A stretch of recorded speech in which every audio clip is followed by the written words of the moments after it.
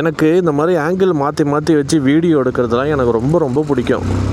அதுவும் action camera சொல்லவா வேணும். நல்லா வந்து இந்த மாதிரி ஹெல்மெட்டில் சின் மவுண்ட்டில் வச்சுக்கலாம், ஹேண்டில் பாரில் வச்சுக்கலாம், அப்புறம் வந்து பைக்கு பம்பரில் வச்சுக்கலாம், அதுக்கப்புறம் பில்லியன் உட்கார ஃபுட் ரெஸ்ட்டில் வச்சுக்கலாம். ஆக்சுவலாக action camera plus handle bar mount ரெண்டுமே வந்து பார்த்திங்கன்னா ஒரு பைக்கராக ஆஸ் ஏ பைக்கராக வாங்கி வச்சுக்கிட்டிங்க அப்படின்னா டிஃப்ரெண்ட்டான ஆங்கிளில் வந்து ஆக்ஷன் கேமராவில் நான் ஃபோட்டோ வந்து எடுக்க மாட்டேன், வீடியோ தான் எடுப்பேன். ஸோ டிஃப்ரெண்ட்டான ஆங்கிளில் வீடியோ வந்து பார்த்திங்கன்னா நம்ம ஷூட் பண்ண முடியும். அதை வந்து நம்ம சோசியல் மீடியாவில் போஸ்ட் பண்ணோம் அப்படின்னா பார்க்குறதுக்கே புதுசாக இருக்கும். ஏன்னா மோட்டோ விலாக் அப்படின்னாலே ஹெல்மெட்டில் தான் வந்து மவுண்ட் பண்ணிப்பாங்க. ஸோ பைக்கோட ஸ்பீடாக மீட்டரும் நம்ம ரோடு நம்மளோட வியூ எதுவோ அதுதான் வந்து வீடியோவில் காட்டும். ஸோ இந்த மாதிரி டிஃப்ரெண்ட்டான ஆங்கிள் எடுக்கும் போது பார்க்குறவங்களுக்கே நல்லாயிருக்கும்.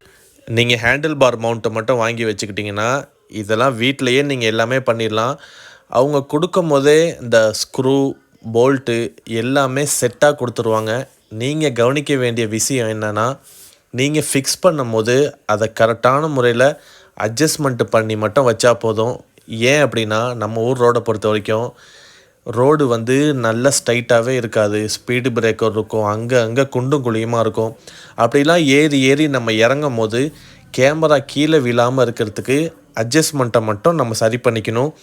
2 விதமான மவுண்ட்டு வந்து கொடுப்பாங்க. ஏன்னா ஹேண்டில் பார் மவுண்ட்டு வந்து பார்த்திங்கன்னா நல்லா மொத்தமாக இருக்கும்.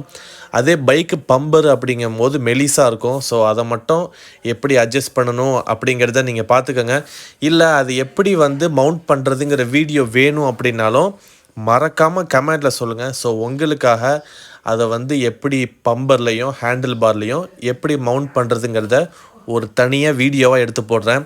ஸோ இதே போல் யூஸ்ஃபுல்லான வீடியோவுக்கு நம்ம பேஜை நம்மளோட சேனலை மறக்காமல் சப்ஸ்கிரைப் பண்ணி வச்சுக்கோங்க. வீடியோ பிடிச்சிதான் மறக்காமல் லைக் பண்ணுங்கள், உங்களோட ஃப்ரெண்ட்ஸுக்குமே ஷேர் பண்ணுங்கள். இதே போல் அடுத்த ஒரு சூப்பரான வீடியோவில் உங்களை சந்திக்கிறேன். Bye bye.